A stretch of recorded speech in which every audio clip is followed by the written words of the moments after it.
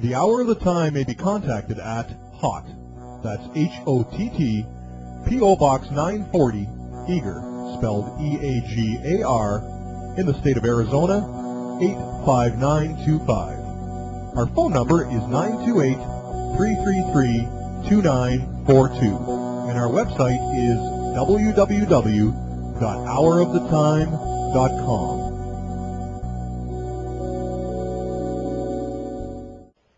You're listening once again to the Hour of the Time. I'm William Cooper. Always have been, always will be. I wonder how many of you called the Justice Department, the FBI, your representative, your senator, and demanded that the legal brief that the Freeman gave to the FBI and asked the Justice Department to rule upon be released to the public, and demanded that they rule upon each point of law in that brief in order to bring this thing to a close, because as soon as that's done, the Freemen have given their word they will walk out. How many of you have done that? I'll bet you anything you want to bet that most of you never picked up your phone to do any such thing of the kind because you don't give a damn. You're apathetic. And, ladies and gentlemen, when it all comes down, just like Waco, you're going to say, well, you know, if I'd known beforehand, I would have done something. You're a liar. If you would have done something, you would have already done it. Now, I'm going to tell you again, this is the answer to the whole thing. The Freemen have given their word. They will come out peacefully and surrender if the Justice Department releases their legal brief to the public and rules upon the points of law which they have included in that brief. So you get off your lazy butts and start calling, and let's bring this thing to a close peacefully. It doesn't matter which way the Justice Department rules. They have said they will come out. And if they come out, they'll have a chance to prove the legality of all of it in court. But I got to tell you right now, I don't think they're going to have any problem proving that what they did was within the scope of the Uniform Commercial Code and the statutes and the law that the Federal Reserve System uses. Doesn't make it right. For if they have condemned the Federal Reserve for doing all of this, what makes them think they're right for doing the same thing? That's my point. And there's a whole bunch more. They've totally angered everyone who lives around them, stolen land from them, and all kinds of stuff. And I'm telling you, ladies and gentlemen, this is not hypothetical rhetoric. It's true. We've conducted a thorough investigation. They will, if they ever get a chance, or a judge that will hear it properly, prove that the FBI has no jurisdiction up there whatsoever. In one instance, the FBI has blocked off a road, a highway in the state of Montana, and it's stopping everybody that comes along against the law. And if they have a weapon in their car, they will not allow them to proceed against the Constitution of the state of Montana. And that's supposed to be the supreme law of the land. The FBI has no jurisdiction, also federal property. But yet the state of Montana is allowing this to happen. What's going on? So get involved. Let's bring this to a close. Let's get it in the court. Let's get these issues heard. Let's get it out in the open so everybody knows what's happening. Let's get this legal brief that the Freemen have given to the FBI and to the Justice Department released to the public so that we can find out what's true and what's not true. And if you don't care, then why don't you just, turn off your radio? Why don't you write me a letter, tell me to go on with my life, and let's all quit this asinine bullshit, okay? If it's not asinine bullshit, let's get real. Let's do it, folks. Let's do what is necessary. Let's be responsible. And while we're at it, let's go to Phoenix and get the medal report. Good evening, Frank. Good evening, Bill. Get some things off your chest this evening? Oh, I'm always getting some things off my chest. I'm so angry with the way people, they spout off their mouth when it comes time to do something. They're just a bunch of ninny children, lying wimps. I deal with a lot of them. I mean, a lot of them can't even turn their Federal Reserve notes into something real. I mean, how can you expect them to get involved in something this significant and leave their name, in essence, that seemingly supports the activities of these guys in Montana? Oh, if I got in their garage and took one of their cars away from them, they'd get involved, wouldn't they? Sure. You bet they would. Or what do their television sets? They just don't understand how really weak the New World Order is, and by being careful, how much power they're assigning to it. Oh, Frank, let me assure you 100% that they understand completely. They also understand how cowardly they are and how weak they want to be. What they really don't understand and what they don't want to confront is how strong they can be, because it requires risk. It does. It does require risk. I will not dispute that, and significant risk. But the bottom line is, if we all take these risks together, we'll be fine. Or we hang together. Exactly, and that ain't going to happen as long as we stick together and we got the law on our side, which we do in most cases. That's correct. Now, we're going to be just fine out of this. Well, anyway, I can see while I've been away, not a whole lot really has changed. The stock market's not doing much of anything except going up and down and fairly volatile swings. It's failed to confirm its previous highs. But what has occurred that, is everything that we said would occur. The economy boost, okay, when they issued the new currency, we talked about how it would basically loosen money supply. I'd like to thank Richard in Ohio for that. He was right on the money. Pardon the pun, but he was right on with that. That's exactly what it's done. The headlines, while I was away, we'd catch a newspaper here and there. Economy gets, boost and all this soft landing nonsense and the rest of it. But it's a false boost, because we also said that it would cause inflation. Which it has. It has caused a lot of inflation. A lot of inflation. It's interesting. When we finally break out the numbers, the Treasury Department releases this number and that number, and they say, well, somewhere in this range. The average is 21%, okay, that they've talked about with increasing, with boosting the money supply, the currency supply. Well, what have we seen happen? We've seen commodities go up basically 21%. They want to raise the minimum wage 21%. I mean, how obvious can they be with this? What I want to know is how stupid can the American people be? Well, unfortunately, quite stupid. They want to listen to some fancy explanation from some talking head on CNBC or CNN or whatever, and they want, oh, no, you can't be right. Oh, it's because of this, it's because of that, it's because of the winter shortages, or, they come up with all these bizarre reasons for it to be, and they fail to look at the most simple explanation that there is. Or the talking hairless rughead, Dan Rather. Yeah, no kidding. What a fake hairpiece. Yeah, well, why can't this guy get real? I mean, they're all so phony. They lie. They cheat. Instead of being what they are, they put on hairpieces that are so obvious it's pathetic. Think about it, Bill.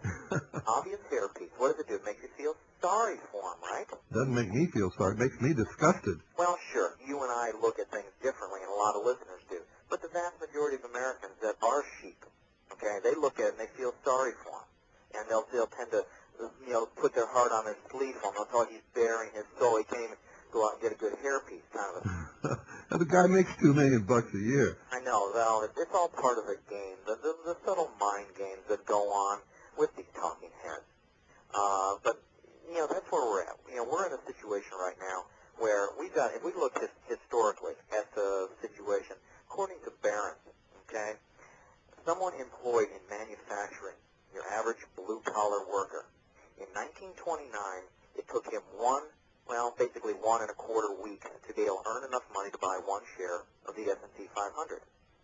Well, guess what? Today, this year, it takes the same amount of work to get the same share. So you cannot tell me that the stock market is the place to be. You cannot tell me that there is no inflation when it takes the same amount of work as it did in 1929 just to get that one share in the S&P 500. At the same time, it takes much more time to realize the American dream, to buy an automobile, to own a home, many other things that years ago people were able to do with honest work in a very short period of time, and the American dream was real for everyone. It's not real for everyone today.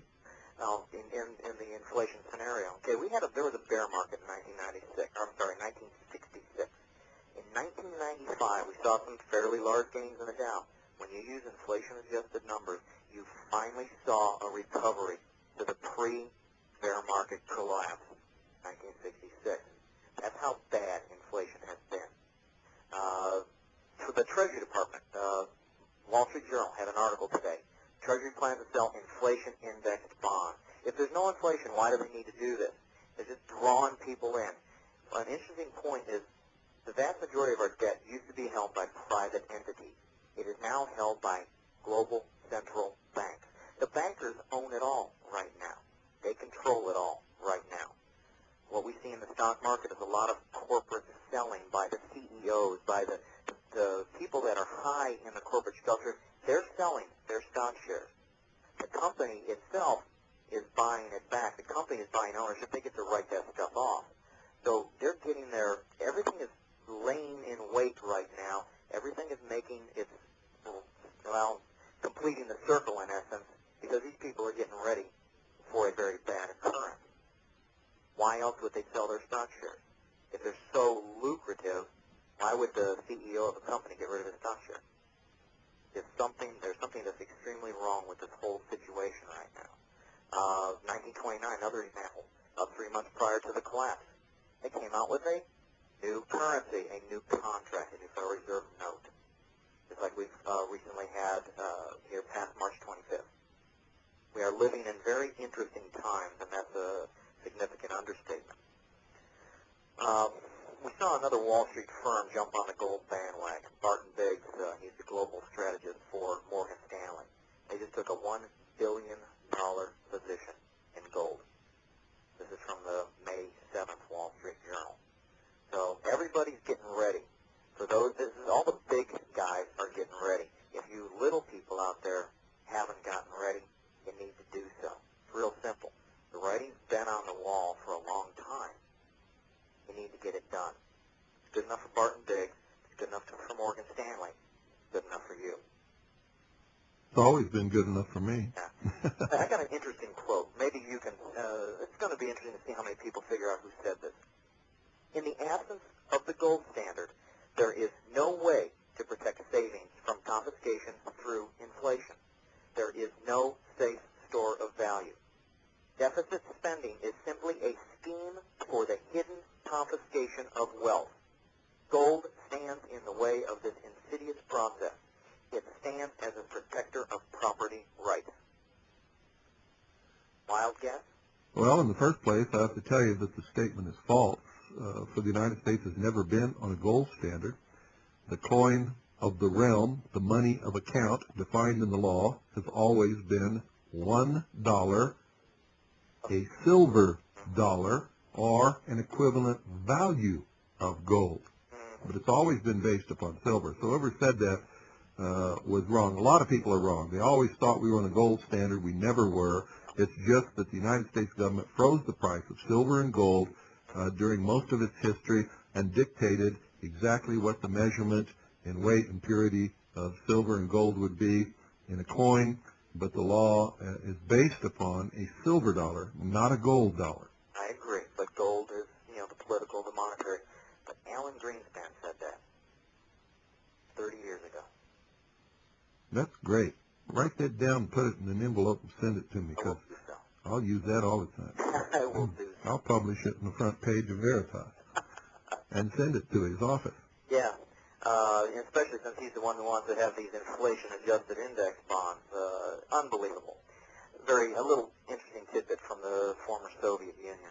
Okay, the economy collapsed 1993. They've had a very rough go of it.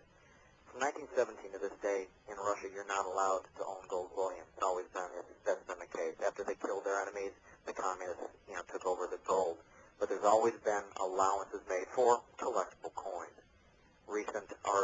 in Coin World magazine talking about the Russian coin market.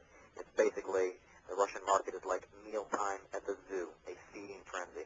With the inflation that they have over there, the only tangible asset that they are allowed to own is gold in its collectible form. You know, a lot of people are saying, no, I don't want to do that.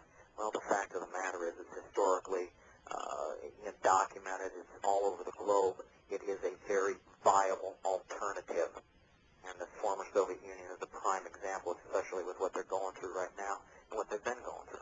Well, the Federal Reserve is also shipping them just about, a few $1 million every day. You know, pieces of paper. And $100 bills. Yeah.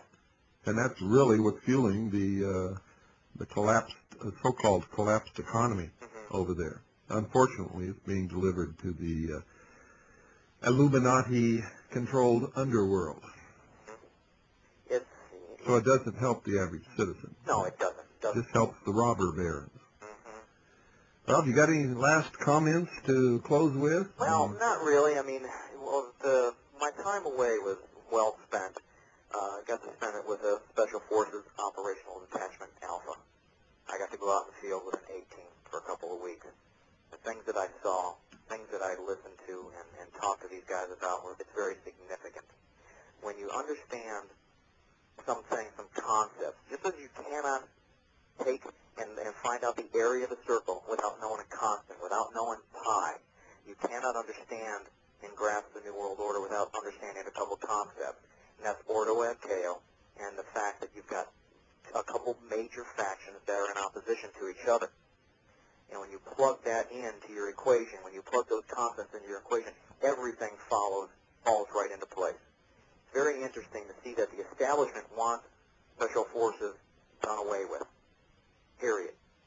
The military, on the other hand, which happens to be another side of the fight, is expanding it. But they're also trying to water it down. The type of people that they're attempting to place in there, and it's not working, I can vouch for that, are those that just blindly follow orders.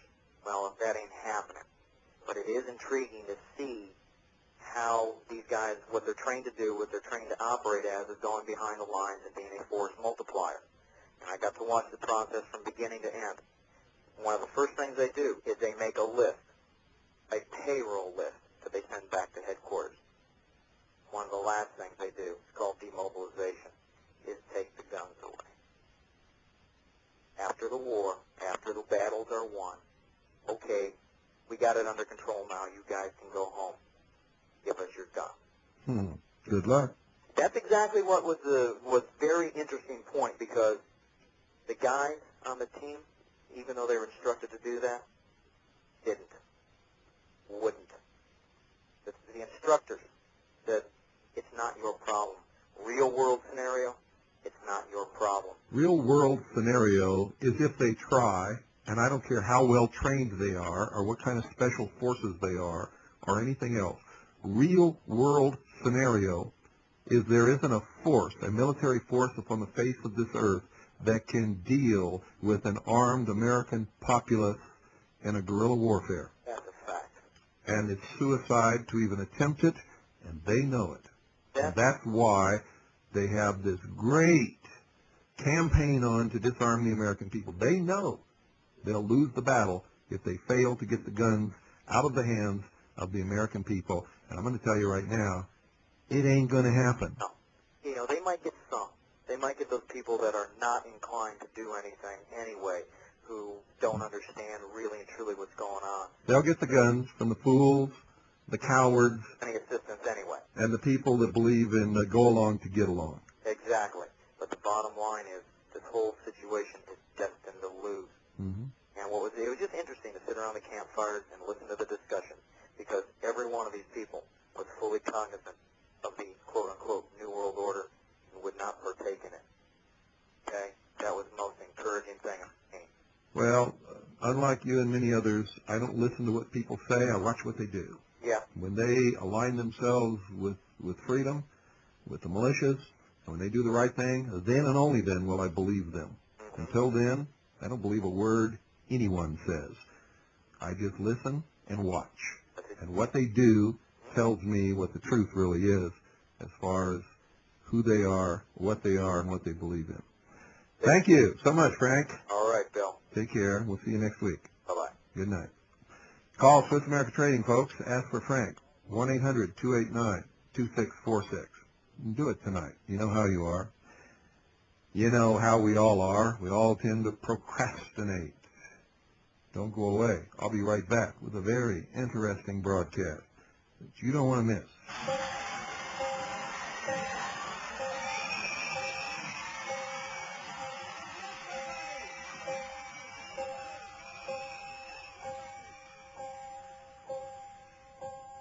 Some say love, it is a river that drowns the tender reed. Some say love, it is a razor that leaves your soul to bleed. Some say love, it is a wonder, an endless taking lead. I say love, it is a flower, and you, it's only seed.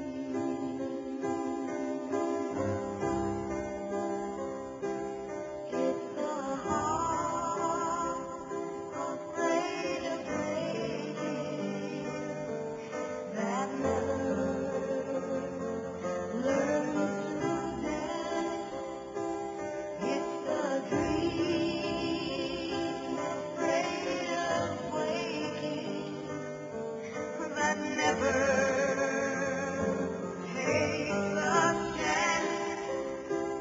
It's the one who won't be taken, who cannot seem to hear, and the soul afraid of dying that never learns to live.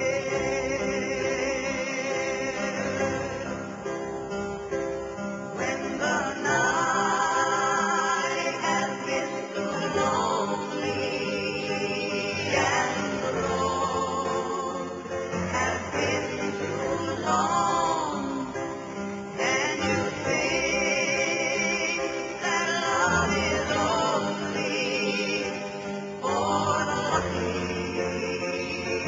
and the strong, just remember in the winter, far from me, the bitter snow. I'll see that with the sun's lost in the spring becomes the rose.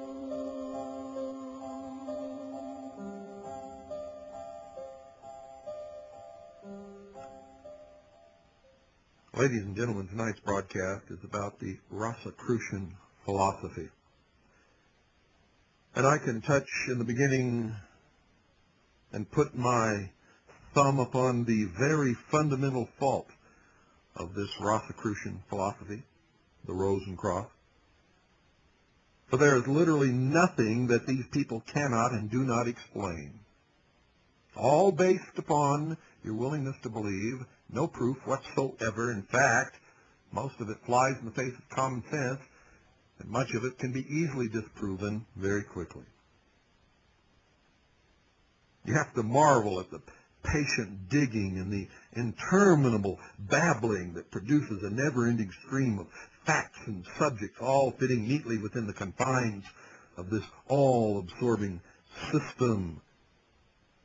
And of course, there's no argument against information that obtains from an occult source, for if you do not believe it, you simply are on the outside. You're one of the profane.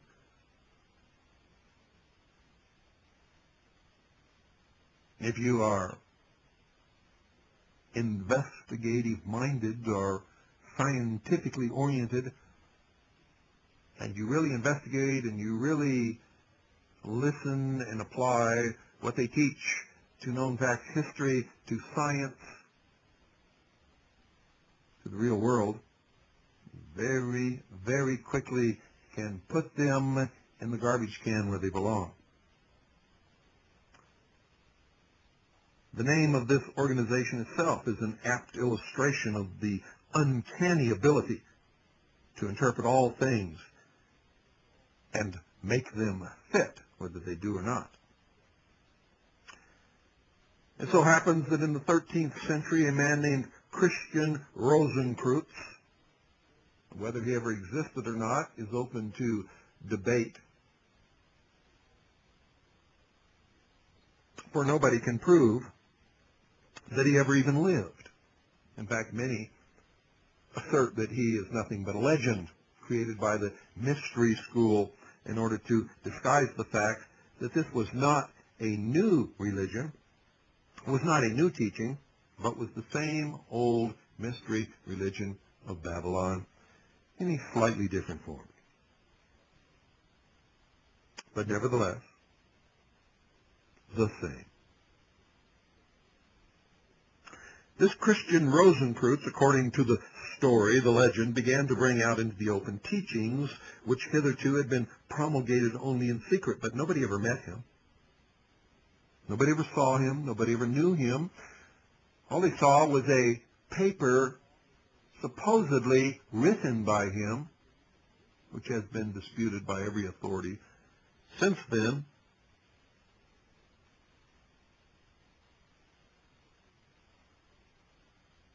Supposedly he began to bring out in the open teachings which hitherto had been promulgated only in secret. Christian Rosenkreutz. What a name to conjure with.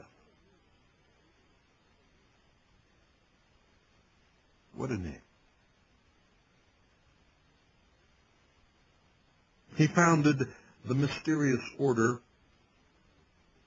of the Rosicrucians, out of which grew the Rosicrucians and the AMORC, the ancient and mystical order of the Rosencross, all aligned against each other, but teaching very closely the exact same thing. What is the difference? Well, the original order, supposedly founded by Christian Rosenkreutz, the Rosicrucians, is a secret order to which no one is admitted except by invitation only.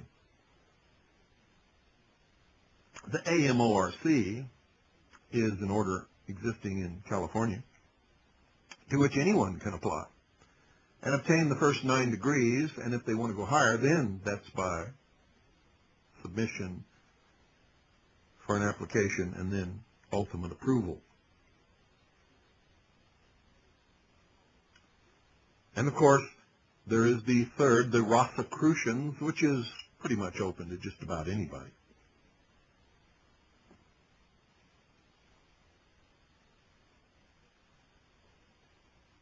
Supposedly, Christian Rosenkreutz founded the mysterious order of the Rosicrucians with the object of throwing occult light upon the supposed misunderstood Christian religion and to explain the mystery of life and being from the scientific standpoint in harmony with religion. But we all know that cannot be, because religion, by its very nature, is based upon an article of faith and has nothing to do with whatsoever with any scientific principle. Whatever you want to believe can be a religion based upon the fact that you have faith in that belief, and therefore follow the teachings that your faith and that belief dictate. Whether you think it up or somebody else thinks it up, it doesn't make any difference. That's really the definition of religion. It's completely separate from science. And to this day, science and religion have never been reconciled, and there doesn't seem to be any hope that they ever will. Although, it would be nice if they could. But all of this, it will be seen, might have been written by Theosophical Rogers, or maybe a Senate, all except for the symbolical name Christian Rosenkreuz. Rosenkreuz, of course, means Rosencross. And Christian should be obvious to anyone. Christian, Rose, and Cross. The Rosicrucians have taken the offense out of the cross, and they call that esoteric Christianity. The cross should not be interpreted as an emblem of suffering and shame. The Rosicrucians, the AMORC, it doesn't make any difference. Even though they claim they've taken the offense out of the cross, and that the cross should not be interpreted as an emblem of suffering and shame, in the esoteric readings of their own orders, the cross blatantly stands for the crucifixion of the soul. In other words, a life without trials and sorrow cannot be a perfected life, for only out of those experiences can come the perfection of the soul.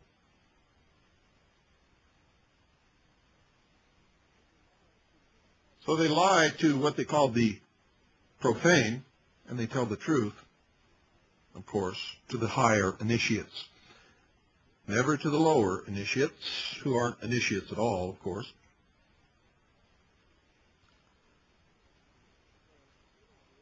So if they don't believe that the cross should be interpreted as an emblem of suffering and shame, what then did and does it stand for?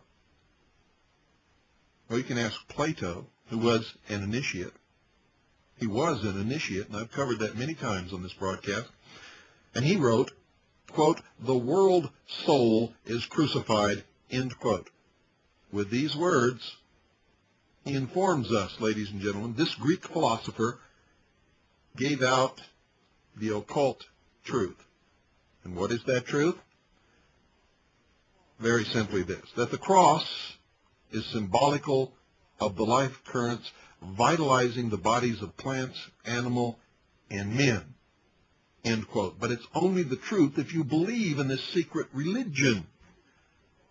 You see, it is symbolical to them of man's past evolution, present constitution, and future development, all based upon experience and learning through suffering, through the trials and tribulations of the reborn soul and the never-ending condition of reincarnation, suffering, learning from that suffering, dying, being reborn again, bringing that knowledge into your new life, and trying over and over again to protect and perfect your soul in order to climb up the ladder of reincarnation and reach what they call the Godhead, and then eventually merge as one with God and become God yourself. Boy, I didn't know if I was going to get through that properly, but I did. And it's only because I've studied it for so many years that I was able to. Because I wasn't reading from anything, ladies and gentlemen. I was reciting from my personal knowledge. When you study this, you'll find the same end as I have just related to you.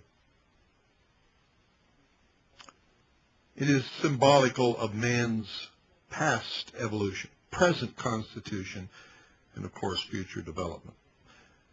They believe that the mineral kingdom ensouls all chemical substance of whatever kind, so that the cross of whatever material it is made is first symbol of that kingdom. The upright lower limb of the cross is a symbol of the plant kingdom to these people, because the currents of the group spirits, which they say give life to the plants, come from the center of the earth, where these group spirits are located, and reach out toward the periphery of our plant.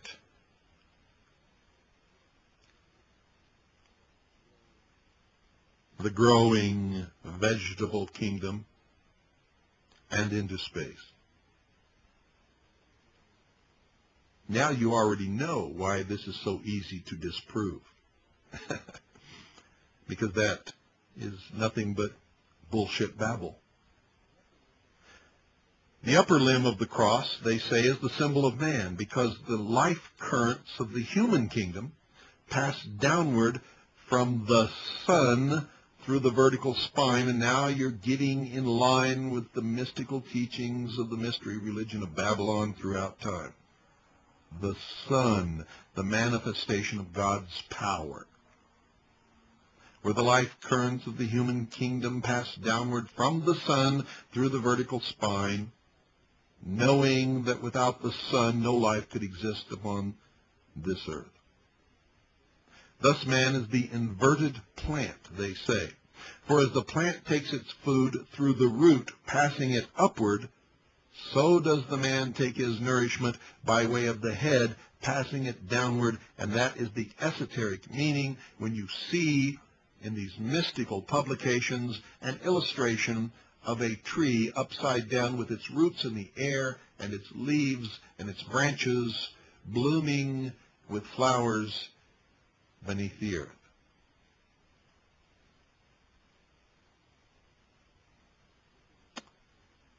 They say the plant is chaste, pure, and passionless, and stretches its creative organ, the flower, chastely and unashamed toward the sun, a thing of beauty and delight, the manifestation of God's power which gives life to this earth.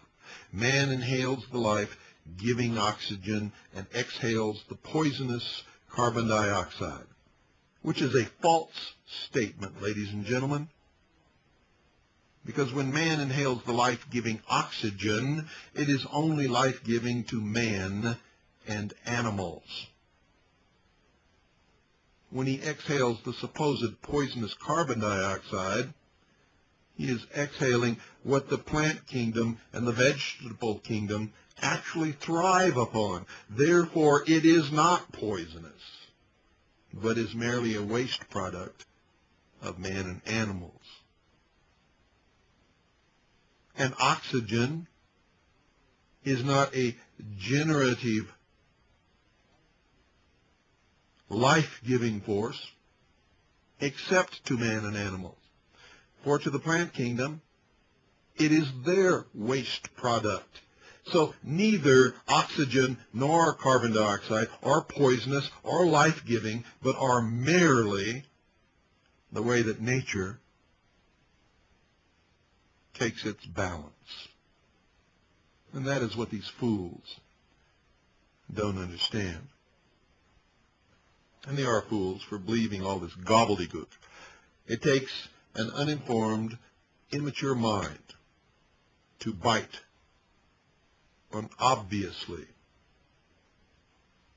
untrue statements, assertions, and when they can't even pass the test of common sense, what do you have? Nothing is the answer.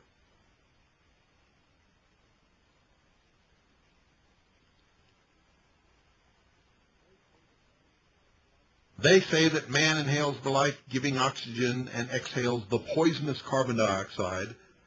The plant takes the poison exhaled by man, but if the plant takes it, it cannot be poison. So their statement is a lie. The plant builds its body therefrom, the carbon dioxide, and the sustenance taken up by its roots from the earth.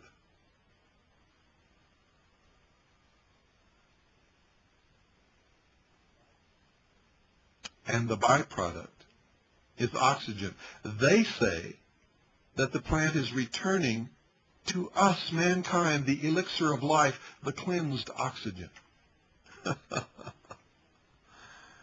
Between the plant and the human kingdom stands the animal with a horizontal spine, and in the horizontal spine the life currents of the animal group spirit play as they circle around the globe, according to these people, not understanding, of course, that man himself is an animal.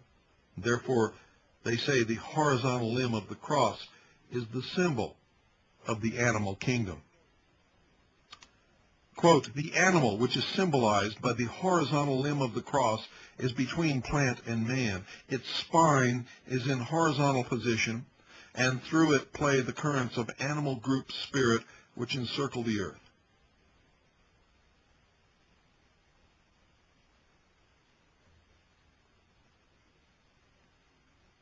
Quote, to keep him steadfast and true through adversity, the rose crossed holds aloft as an inspiration the glorious consummation in store for him that overcometh, and points to Christ as the star of hope, the first fruits, who wrought that choicest of all gems, the philosopher's stone, while inhabiting the body of Jesus. And that should give you some clue, ladies and gentlemen, that they do not believe that Jesus Christ was the Son of God, born in the flesh, lived, taught, and died for the forgiveness of sins, was dead 3 days, and arose again in the body, and then ascended into heaven. They don't believe that. You see, what they believe is that Jesus was just a body like any other body on this earth, and his soul was snatched from that body, and this soul that is the office holder of the Christ came down and inhabited the body of Jesus in order to teach man the gnosis, or knowledge.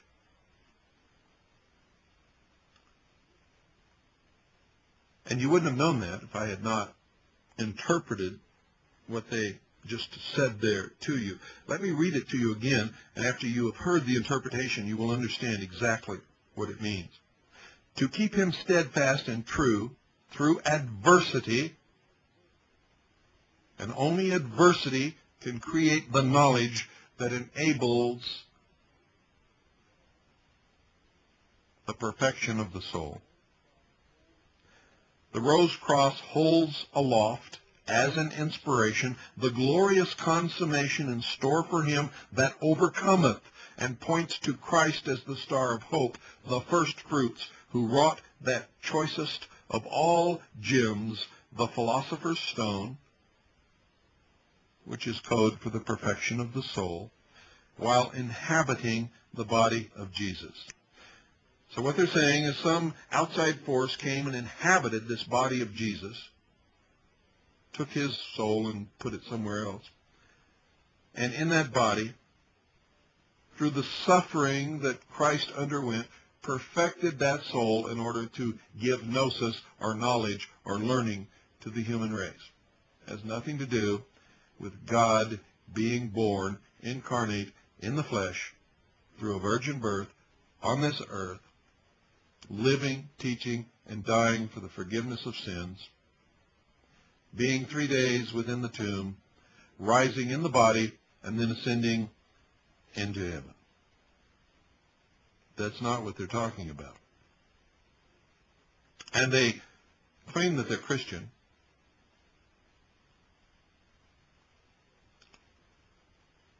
So this then interprets the Rosicrucian emblem, the cross, as well as the star against which it stands, the star being, of course, the rose, while the garland of roses around the center of the cross points to yet another symbolism.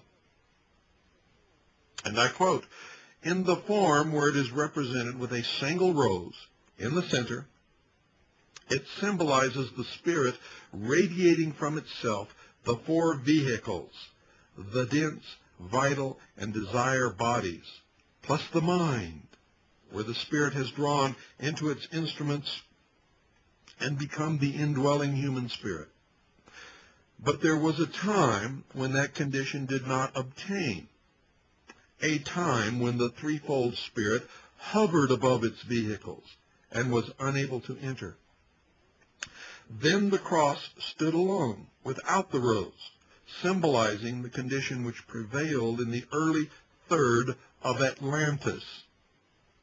There was even a time when the upper limb of the cross was lacking, and man's constitution was represented by the tau, RT, upon the top of the center, instead of in the upper third. That was in the Lemurian epoch, when he had only the dense, vital, and desire bodies, but lacked the mind. Then the animal nature was paramount. Man followed desire without reserve. At a still earlier time, in the Hyperborean epoch, he was also minus the desire body and possessed only the dense and vital bodies. Then man, in the making, was like the plants, chaste and devoid of desire. At that time, his constitution could not have been represented by a cross. It was symbolized by a straight shaft, a pillar, the letter I. Thought and voice, we are told further by these people, are both creative, but the selfish, dominating creative faculty, symbolized by the larynx at the crossing of head and body, must give way to a less selfish creative force. It is here that the roses enter. The rose, like any other flower, is the generative organ of the plant. Do you understand what I just said? The obelisk, the phallus, the penis of Osiris. Its green stem carries the colorless, passionless plant blood. The blood-red rose shows the passion-filled blood of the human race. But in the rose, the vital fluid is not sensuous. It is chaste and pure, without the sexual desire. Just like I've taught you on past episodes of the Hour of the Time, and especially during the Mystery Babylon series. Thus, it is an excellent symbol of the generative organ in the pure and holy state to which man will attain when he has cleansed and purified his blood of desire, when he has become chaste, pure, and Christ-like, when man himself is God. Now I bet you're beginning to get the message, huh? Yeah, I bet you are. So, now we get to the cross. The long limb representing the body, the two horizontals, the two arms, and the short upper limb, the head, with the circle of roses around the center rose instead of the larynx. Therefore, the Rosicrucians look ardently forward to the day when the roses shall bloom upon the cross of humanity. Therefore, the elder brothers greet the aspiring soul with the words of the Rosicrucian greeting, quote, "May the roses bloom upon your cross," end quote. And therefore the greeting is given in the meetings of the fellowship centers by the leader to the assembled students.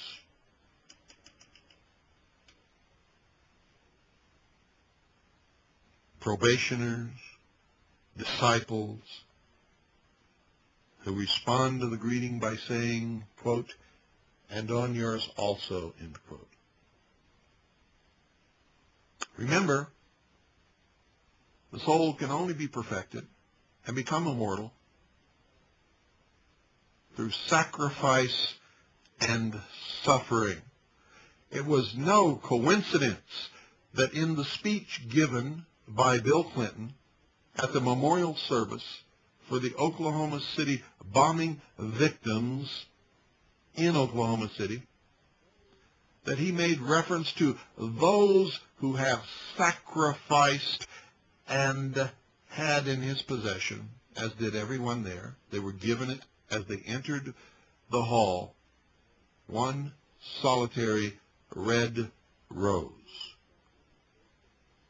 Through the suffering of those victims, would come the perfection of the soul of the world. As I stated earlier, it is the suffering of the soul of the world. Remember that? Shall come the perfection of the soul of the world and the unification of all nations into one totalitarian socialist world government. But you see, if you did not understand the symbology and the hidden esoteric meaning of all of this, you would never know what you are watching and hearing, observing, and taking part in, and becoming a victim of while it is all taking place. The Oklahoma City Murrah Federal Building was the American Reichstag. It is the cross upon which freedom was sacrificed to bring about the unification of all nations in a one-world totalitarian socialist state. The one solitary red rose is also the symbol of international socialism, in case you didn't know.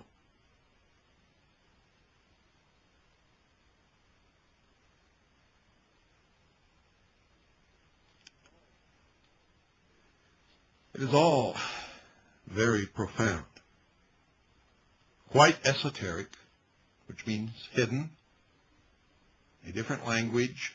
You read one thing if you don't understand the symbology and the language, and the initiates read quite a different story. It's also eminently fitting the name of Christian Rosenkreutz to the 13th century, perhaps, though the name was not quite as accidental as you may surmise. You see, we're told that this Mr. Rosenkreutz, or rather the ego dwelling in him, or the Christ within, you see, because in the New World Order, all human beings will be entered by the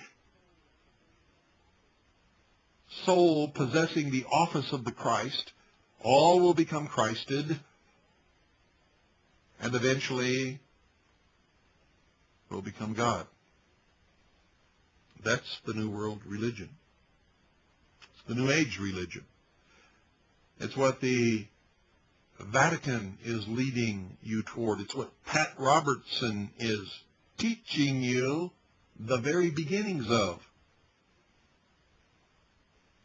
And many, many others.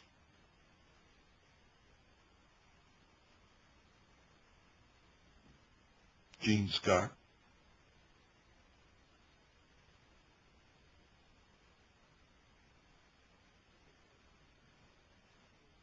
You see, they tell us that this Mr. Christian Rosenkreutz, or rather the ego dwelling in him, the Christ within, was already then a high spiritual leader.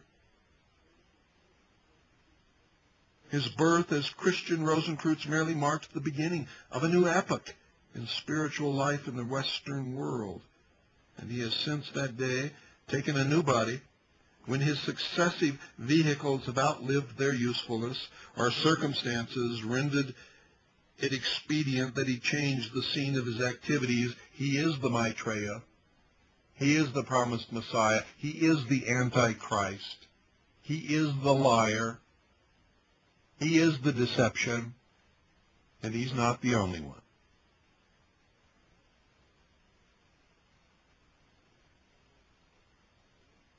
According to the Rosenkreutz followers, he inspired Bacon's works, although through an intermediary. And he enlightened the mystic Jacob Boehme. He is also embodied today an initiate of high degree, an active and potent factor in all affairs of the West, they say, although unknown to the world. And that was printed, ladies and gentlemen, in the 1944 edition of the Cosmo Conception, published by the Rosenkreutz. In accordance with such symbolism, Christian emblems of long standing are made to fit in with the occult world. Quote, in esotericism, the cross was never looked upon as an instrument of torture, And it was not until the 6th century that the crucified Christ was shown in pictures. Previous to that time, the symbol of the Christ was a cross and a lamb resting upon its foot, to convey the idea that at the time when Christ was born, the sun at the vernal equinox crossed the equator in the sign of Aries the Lamb. Some claimed that the vernal equinox at his birth was really in the sign of Pisces, the fishes, and that the symbol of our Savior should have been a fish. It is in memory of that dispute that the bishop's mitre still takes the form of the head of a fish. End quote. St. John evidently lacked this occult information, and in his ignorance interpreted the lamb in OT style as a sacrifice that takes away the sin of the world. That's Old Testament, for those who don't know what OT means.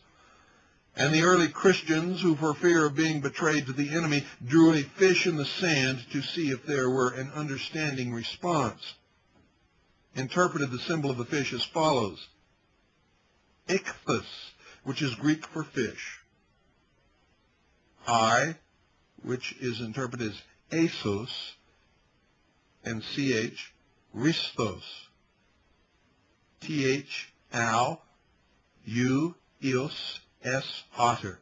In effect, Jesus Christ, God's Son, Savior. And that is the truth. The Rose and Cross is lying.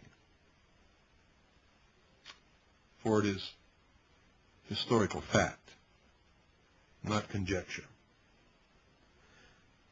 We'll continue this tomorrow night. Good night, ladies and gentlemen, and God bless each and every single one of you.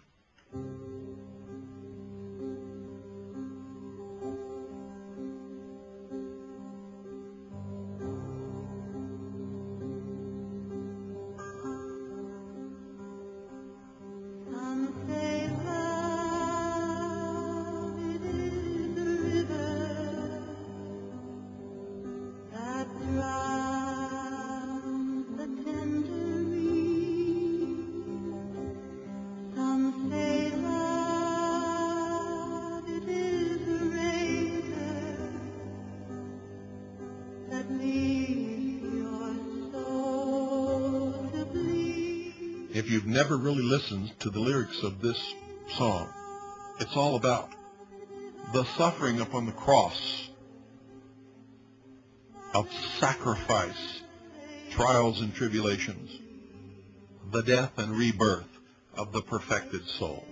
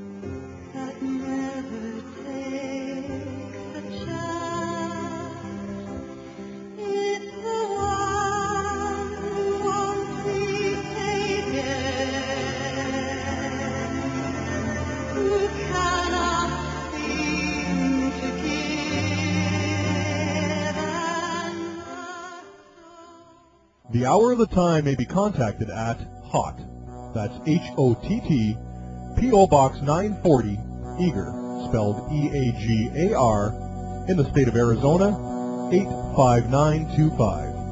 Our phone number is 928-333-2942, and our website is www.houroftetime.com.